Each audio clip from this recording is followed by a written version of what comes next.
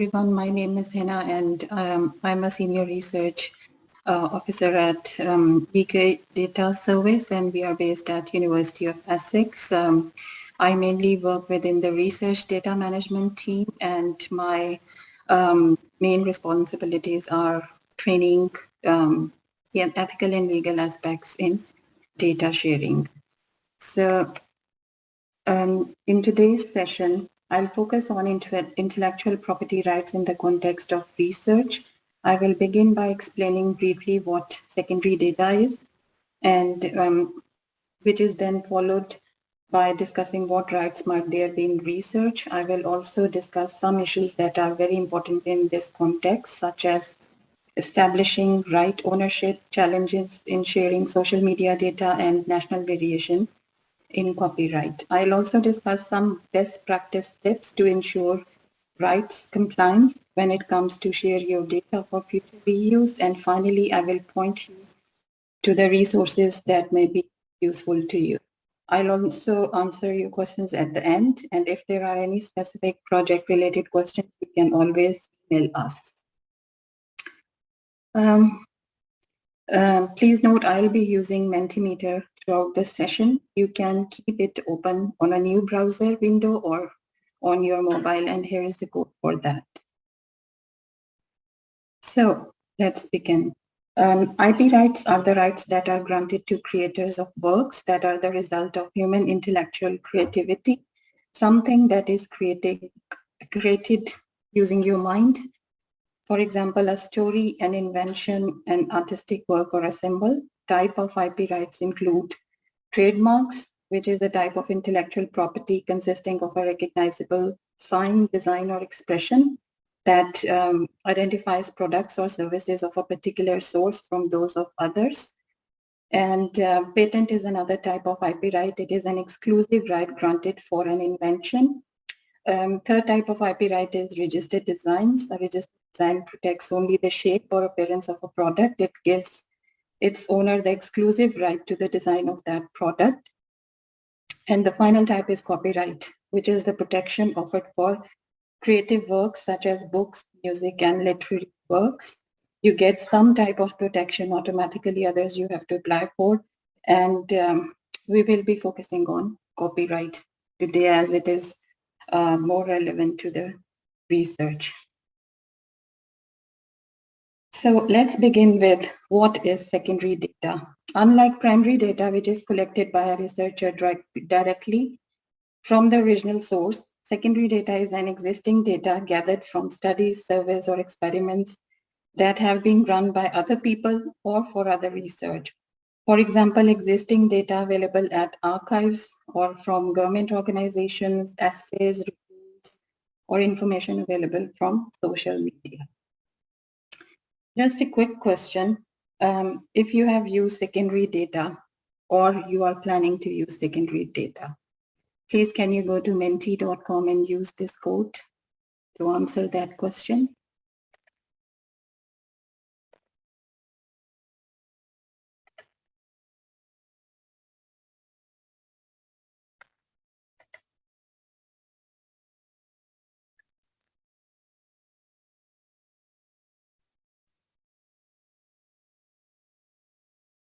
So most of you have used it. That's great. And some of you have not.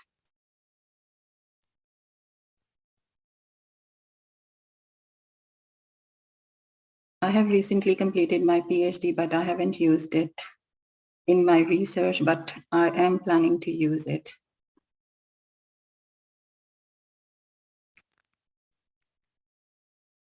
So majority of you have used it.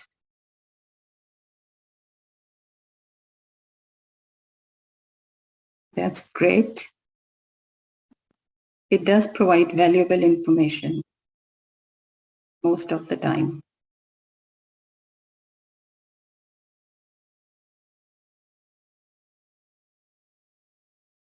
You can keep your Mentimeter window, if you are using it in a browser, open for the questions that are coming up later on.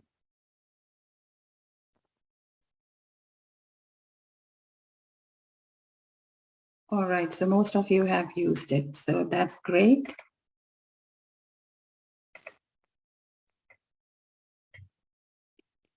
Thank you for your responses. So two most relevant types of rights applicable to the secondary data sources are copyright and database rights. I'll talk you through to both of these in today's session. Now I will go through the copyright and research data in this next section. So copyright is an intellectual property right assigned automatically to the work's creator. It prevents unauthorized copying and publishing of an original work.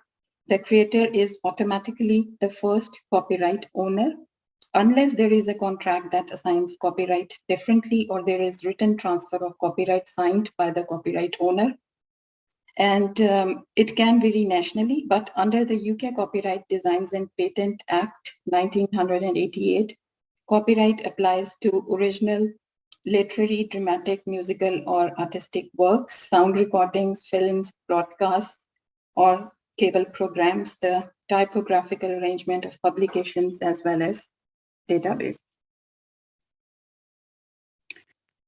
So intellectual property rights affect the way both you and others can use yours and others' research data. And these issues should be considered at the outset of any research project. In the context of primary data, if you plan to share it for future reuse, you need to consider how you want your data to be used by other researchers or students. You can specify this by licensing the data to match the intended uses. Various types of licenses for sharing data have been developed by the data archives. For example, here at UK Data Service, we facilitate 3 levels of access for data: open access, safeguarded, and controlled access. I have added a link at the end of these slides for you to have a look at the licenses that can be applied to share data. So on the other hand, in the context of secondary data, if a researcher wishes to share research data by publishing or disseminating them, all the right holders need to be identified and the necessary copyright permission be granted for data to be shared. What the researchers do not realize is that they are allowed to use the data from several sources for their personal use, but when it comes to data sharing, they need to obtain permission from the data owner. And bear in mind that fair dealing exemption does not apply to this. In the UK, copyright arises automatically. Once a work is created, to enjoy copyright protection, the work must be original. That is to say, it must be your own work, not copied from someone else. And the most important thing to keep in mind is there is no copyright in ideas or facts, only in the way those ideas are expressed, such as diagrams or tables.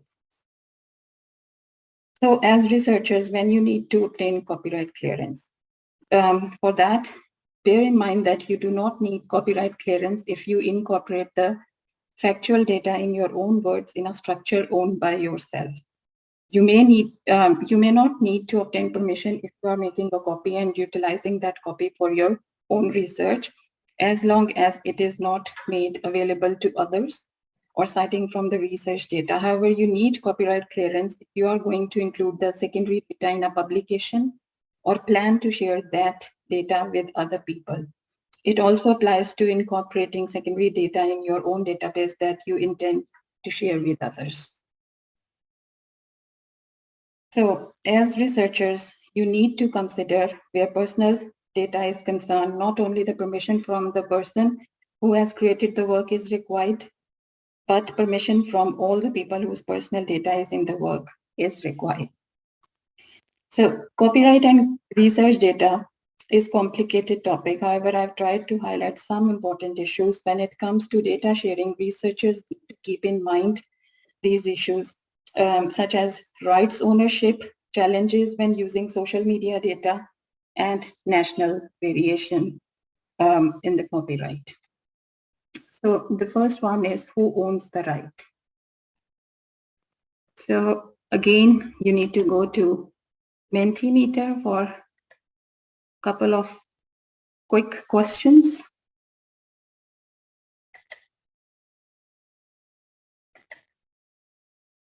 So What do you think, who owns the right? Is it the university or employee?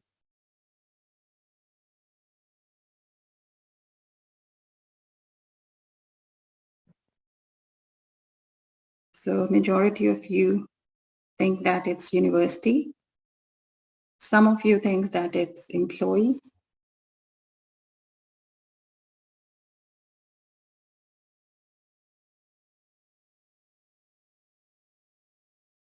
Any more responses? Okay, so is it the university or a student who owns the right?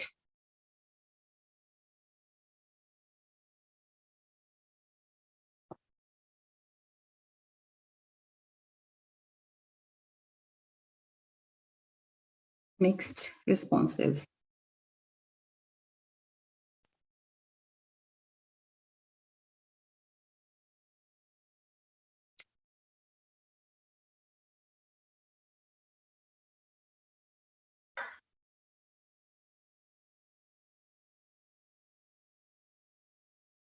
So majority thinks, now there is a difference coming up in the responses. Majority thinks that it's the student. Great.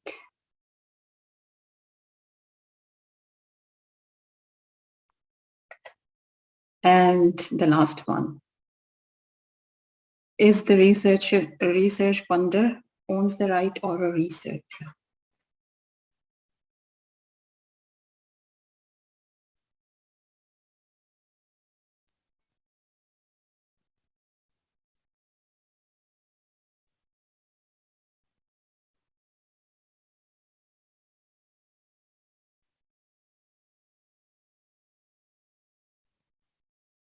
So most of you thinks that it's the researcher.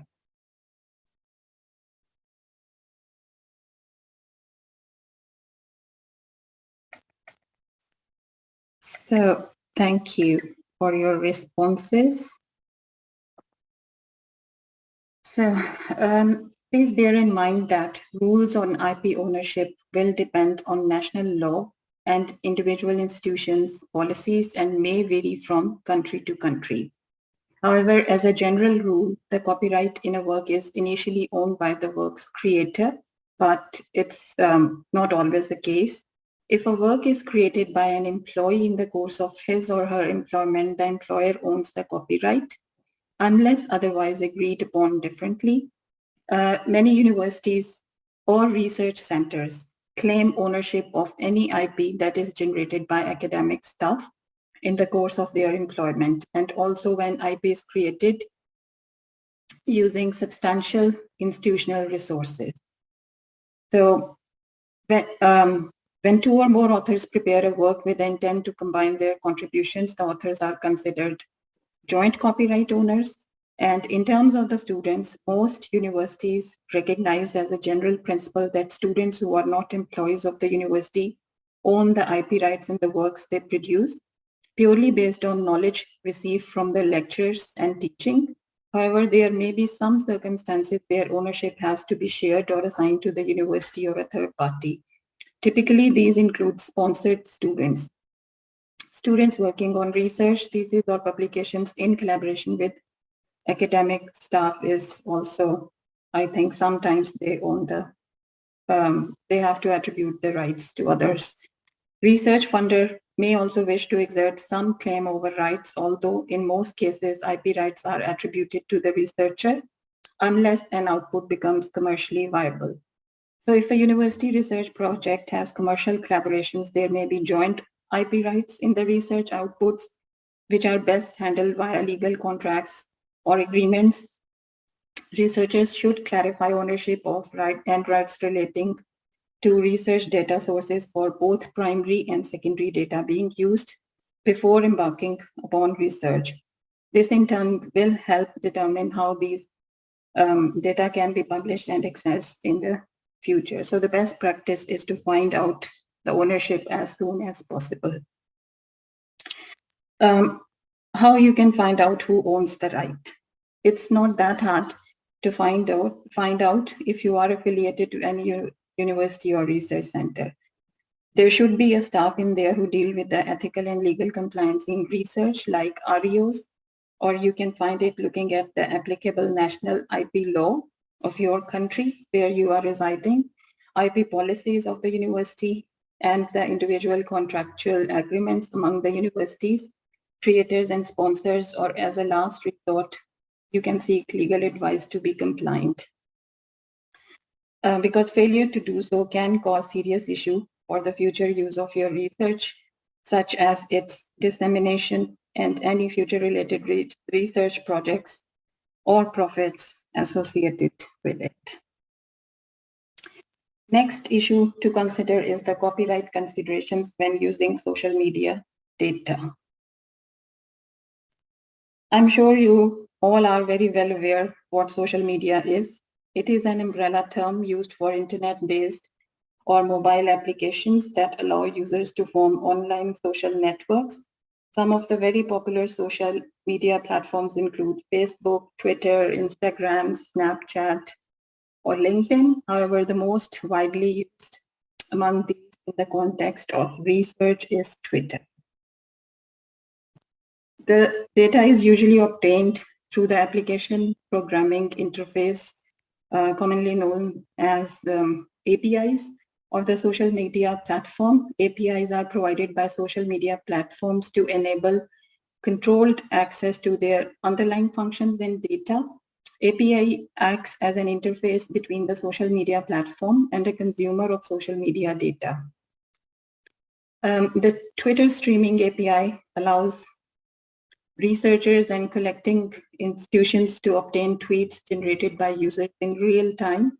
Thus, accessing data through APIs provide the most authentic record of social media.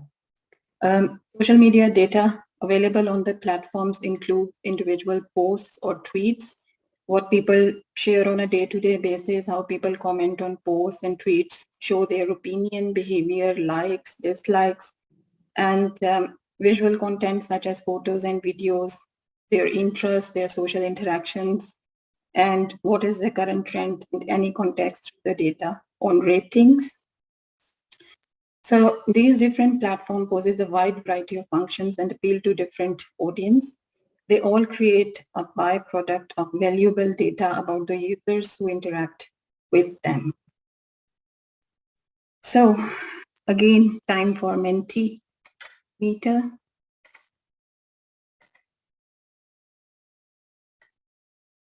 Have you ever been involved in a research that involves social media data? No, like me, most of you have not been involved, but some of you have been. So that's great.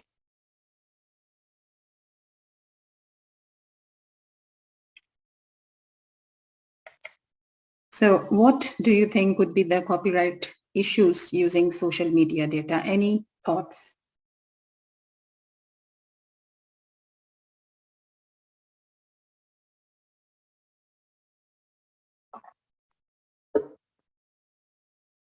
Ownership, that's right.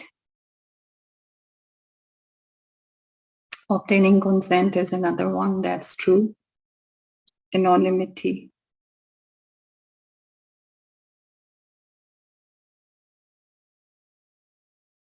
Who owns the data? That's right. Getting permission to use. Third-party copyright, yeah. Great.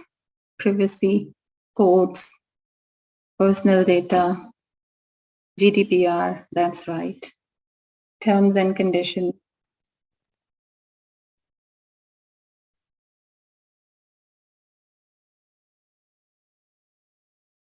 Yeah, that's right.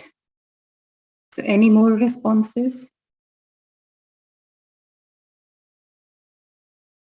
How data will be used, right?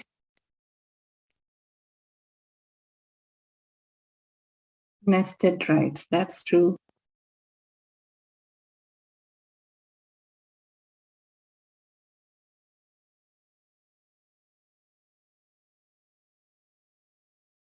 Reliability. Yeah, that's right. Though it is valuable data, it provides you lots of information, but I think that's an important issue, that how reliable is that data?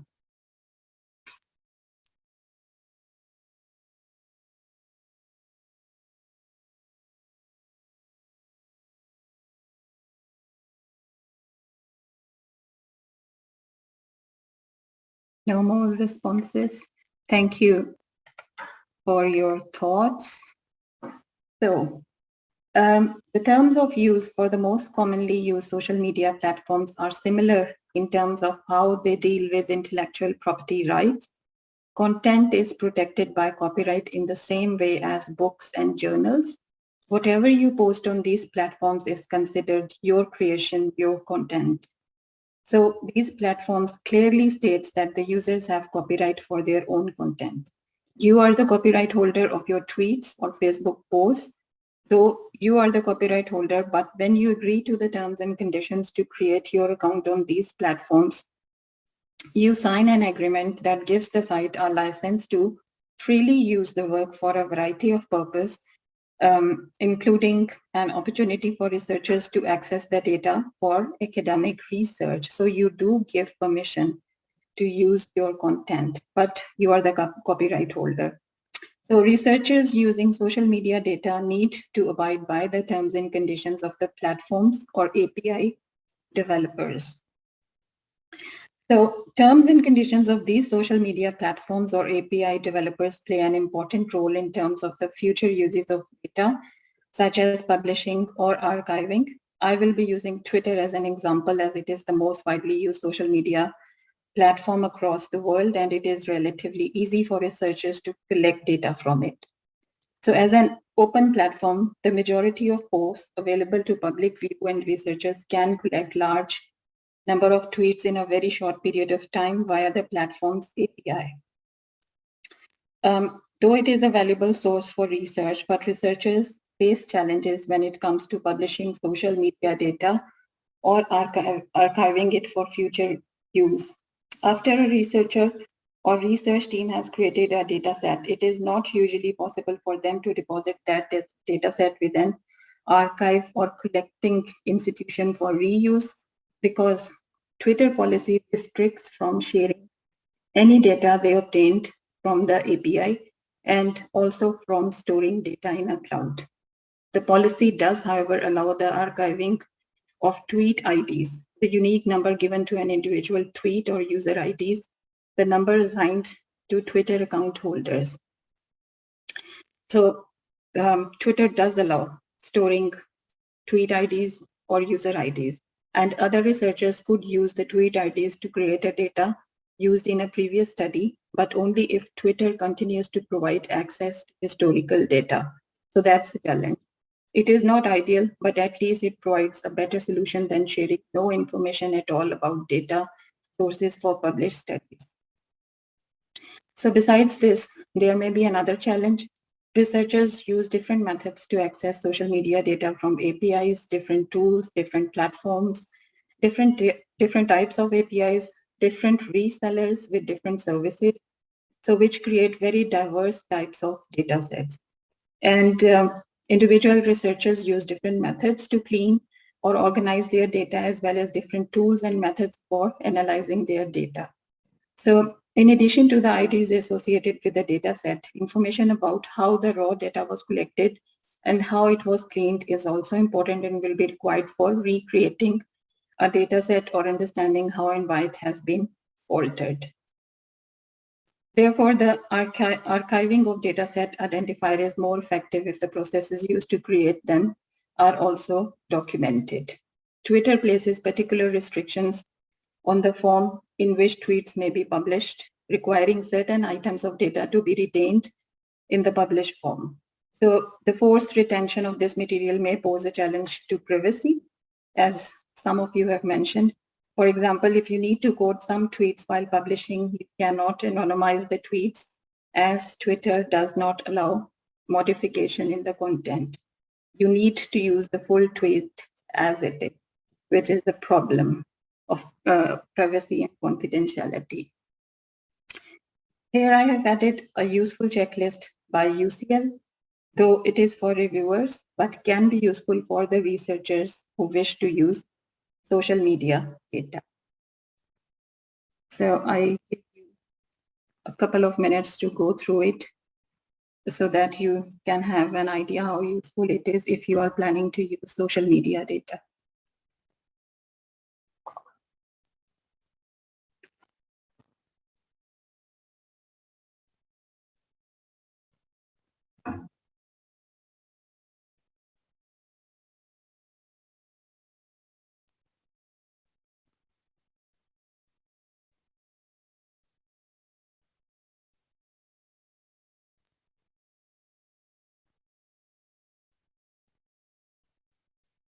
You will be getting the slides, and then these slides are posted on our website on the past events page, so you can have a look at the links I have pointed to later on as well.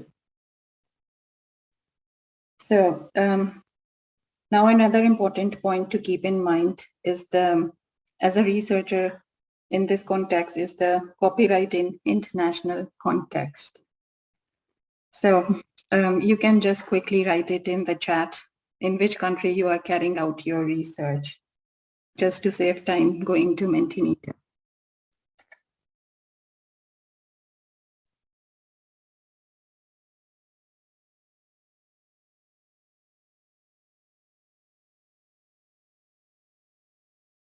UK, Bangladesh,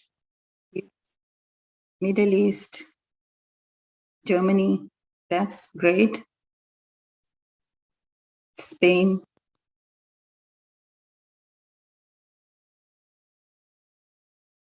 Finland, another one from Bangladesh.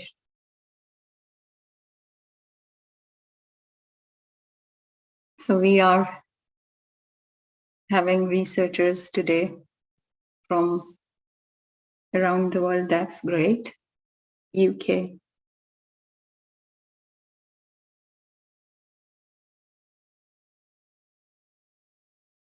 Germany,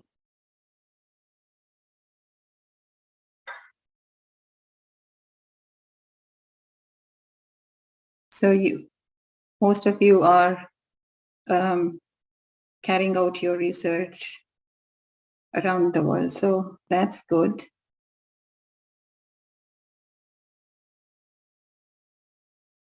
Thank you for your responses.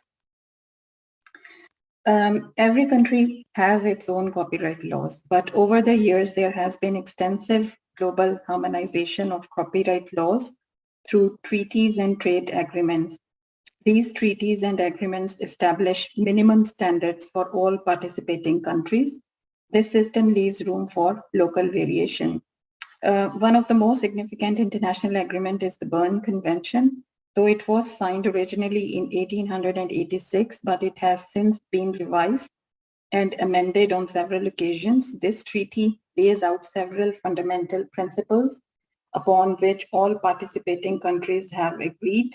One of those principles is national treatment, which means that all countries must give foreign works the same protection they give to the works created within their borders, assuming the other country is a signatory. Besides this, the minimum standard also include the type of work protected, duration, limitation, exception.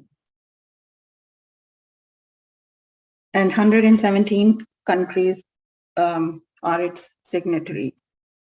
So the national laws are built on the similar basic standards, but there may be variation on a country level in terms of type of work, duration, and exceptions.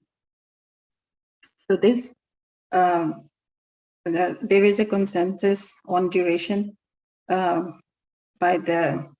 set out by the Berne Convention, which is lifetime plus 50 years. So just to give you an example, this is an interesting map which gives you an idea of differences in copyright duration around the world. Although, as I mentioned earlier, Berne Convention sets out the minimum standard as lifetime plus 50 years.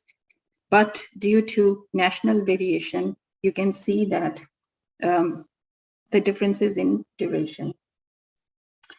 We can have a look at the map from a continental perspective, and we can clearly see patterns of same duration with small exceptions. So in Europe, all countries with the exception of one adhere to life plus 70 years. Belarus, not part of EU, has a shorter duration, which is life plus 50 years. And in comparison, in Africa, we can observe more variability. With Angola and Libya, with only life plus 25 years.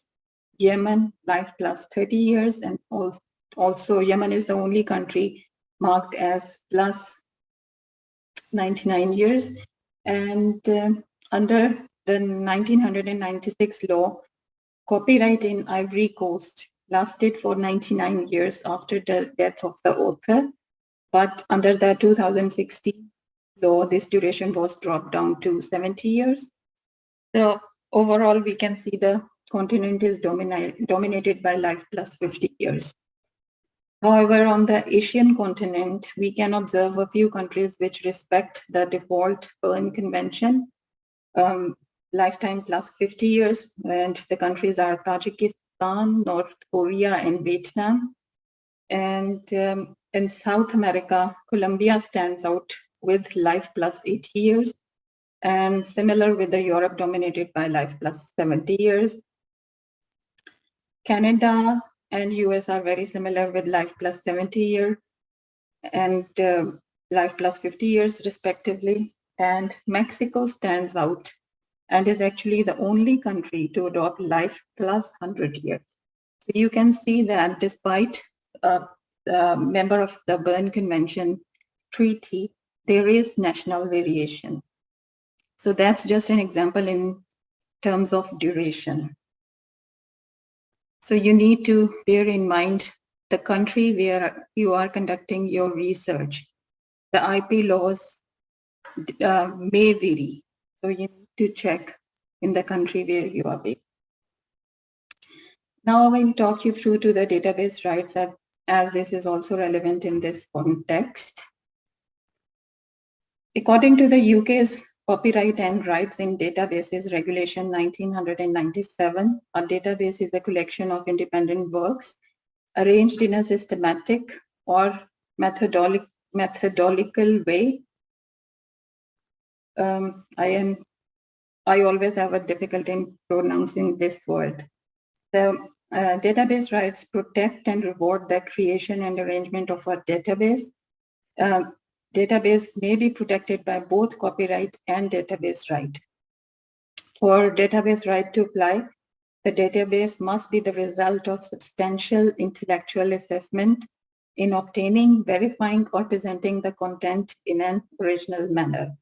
Simply entering facts into a spreadsheet would not count as substantial effort, but translating or synthesizing and coding information from multiple sources would. So the author's time, skill, and labor would need to be directed to the selection and arrangement of the database over and above gathering the information. And the database right is an automatic right and protects databases against the unauthorized extraction and reuse of the contents. So, sorry, I missed this last bit. So when you need to obtain database rights clearance, if a researcher uses parts of data from a database, as well as the structure in which those data are held to create another data set, they should obtain explicit copyright and database right clearance before they publish these data. You always need to check the terms and conditions of the database that you are using. If you plan to use secondary data, always ensure that you consider these questions. Who the copyright holder of the dataset is? Are there any database rights? Can you use these datasets and in what way? Are you allowed to archive and publish them in a data repository? If not, you may need to seek for further permission to distribute material you do not own. Because if permission is not granted, you may need to remove copyright variables or material before publishing or sharing. So Here I have added a copyright scenario just to give you an idea. Imagine a researcher has used secondary data sources for a research project and he intends to share his data for future reuse. He has used several sources and it's a real research deposited with us. So the researcher I'm talking about, he has used several secondary data sources and I have selected just two of the sources to give you an idea. So the two sources he has used is World Bank and Microsoft Academics. As he has used these secondary sources, the first thing before depositing he needs to check is whether he is allowed to share the data he has used from these sources. So he needs to check the terms of use from these websites. They are usually at the very bottom of the web page, but sometimes hidden and need effort to find out. So I have put the terms of use here from the World Bank. I just took a screenshot.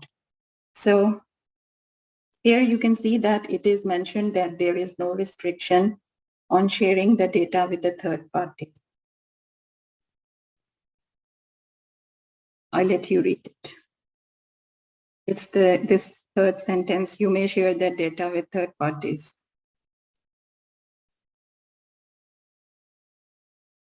So there isn't any restriction in sharing. The second source he used is Microsoft Academic, which says that that's another screenshot from that website. It says that you may not modify, copy, distribute, transmit, display, perform, reproduce, publish, license, create derivative works. So Microsoft Academics does not allow you to share the data if you have used. So what we advise to the researcher is just go back to them, ask for their permission. If he gets the permission, then he can deposit the data with us for future reuse. Otherwise, he has to take this material out from his dataset. So always check the sources you are using and plan to share your data. So here on this slide, I have added links to our web pages on copyright and access levels. I have also added a useful template variable information log. This is the screenshot of the template. For data sets being deposited, that includes secondary data sources, researchers are advised to prepare a variable information log describing these resources. This log not only allows others to understand and use data correctly, but also ensures that repositories can check the appropriate terms and conditions applicable to onward sharing. The variable information log should include the variable name, source, how it was collected, brief description, and any restrictions noted on its further use. So these are the resources as well, which you can find very useful. Another list of resources for you to have a look in your own time.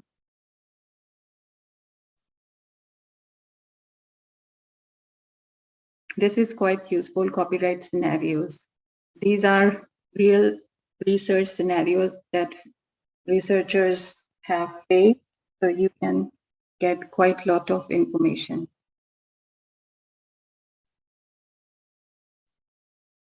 And then some few more questions on the Mentimeter.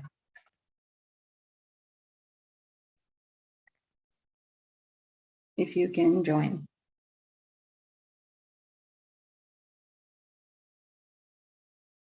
So that's the first question.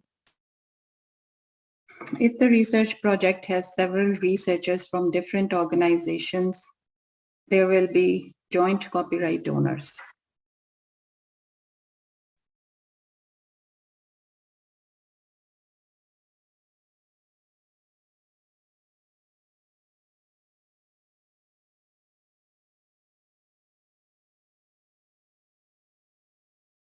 So most of you think that it's maybe. Some of you think that yes, it's the joint copyright owners.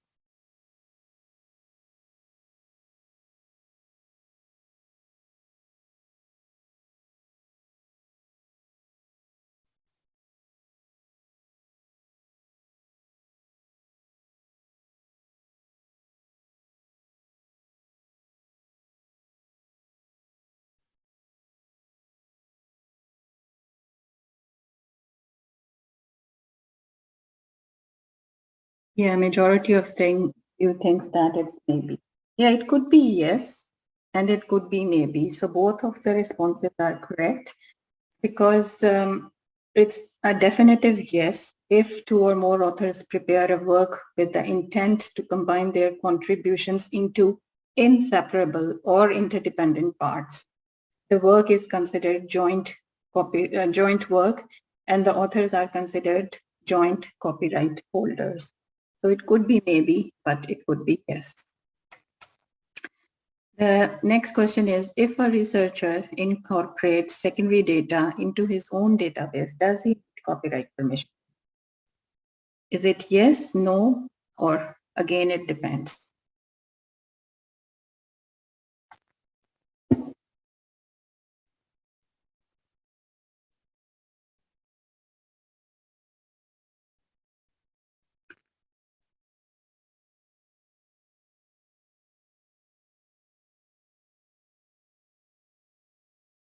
So majority of you thinks that it depends.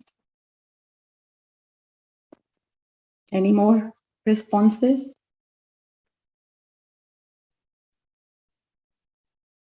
Yeah, I think it depends is the right answer. You may not need, and yes is of course can be a right answer, but it depends. You may not need to obtain permission if you are making a copy and utilizing that copy for your own research, as long as it is not made available to others or citing from the research data. However, you need copyright clearance if you are going to include the secondary data in a publication or plan to share that data with other people. It also applies to incorporating secondary data in your own database that you intend to share with others. Yeah, so it depends what your intentions are. So imagine you have discussed a prospective research with your colleague. Are you a right holder in this scenario?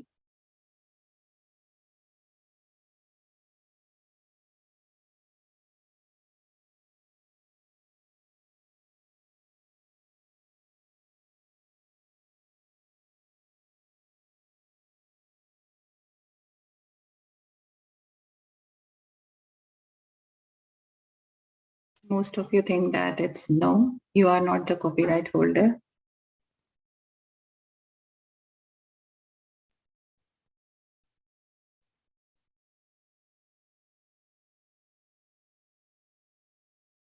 Yeah, that's true. It's a no because ideas are not protected. The work must be recorded in a material form. Only then it is copyright protected. So, do you need to apply for the IP right?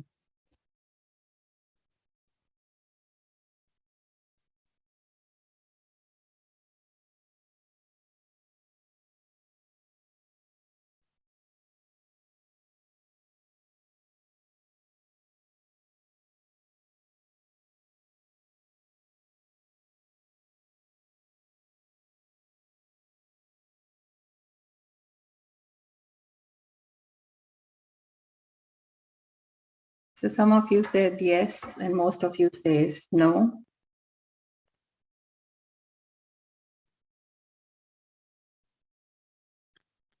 Under the Berne Convention and UK copyright law, copyright and database rights are automatic.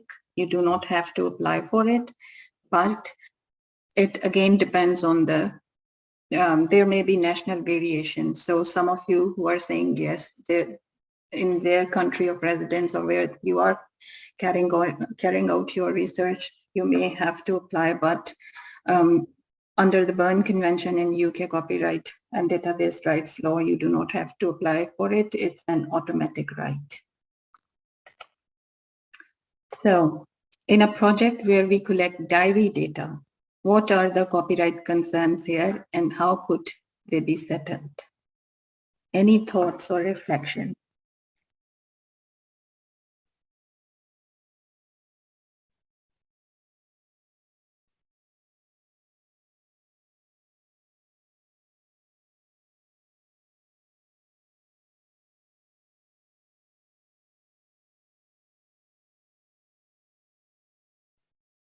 Diary data could be qualitative stuff. So yes, personal data, permission, anonymization, consent, anonymity, confidentiality, privacy, ownership, permission, sensible data. Right. Excellent. Date of diary entries. That's right.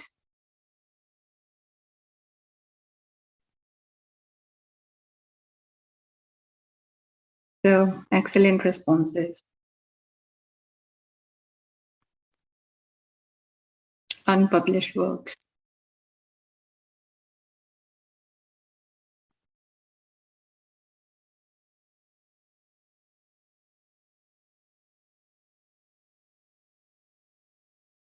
Yeah, that's right. All the responses are correct. So you can use the information obtained in the discussions for your own research. But when it comes to data sharing or publishing, you need to obtain permission from the participants to share their personal information or whatever information they have stated in the diary. So you need to obtain consent to share the information and permission to use the data for future research. That's right. Thank you. And the last question. Did you find today's session useful? Thank you.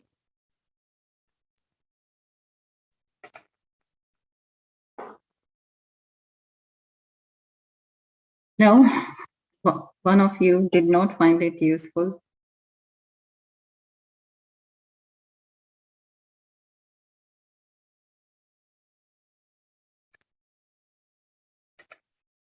Okay, thank you very much for your responses. And is there any questions? Stop sharing. Yes, I've just got 2 questions here. Just share my screen. Thank you, Gail. Yeah.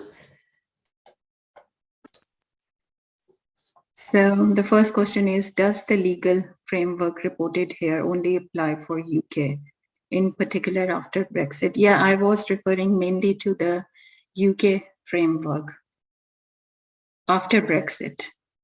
That's right. So you mentioned at the beginning of the workshop that ideas are not the matter of copyright issues. However, tweets are mostly the expression of ideas. Then how tweets can be matter of copyright? It's the Twitter terms and conditions that any content shared on Twitter cannot be is copyright protected. Whatever it is, whether it's ideas, opinion, behavior, it's due to the Twitter's terms and conditions that this material cannot be shared, modified, or anonymized. So, and other than that, expression of ideas is not, it's, if you discuss any idea with someone, it's not protected, but if it is in a material form, that's the basic law. If it is in a material form, then it can be protected. However, in the case of Twitter, it's Twitter's policy. Is there any other question? I can't seem to see any more. So yeah, I think, oh, hold on, we might be getting another one here. Okay, we actually do have 2 more that have just come in. Yeah, on the I can see that. Is it, how can social media data be presented? Yeah.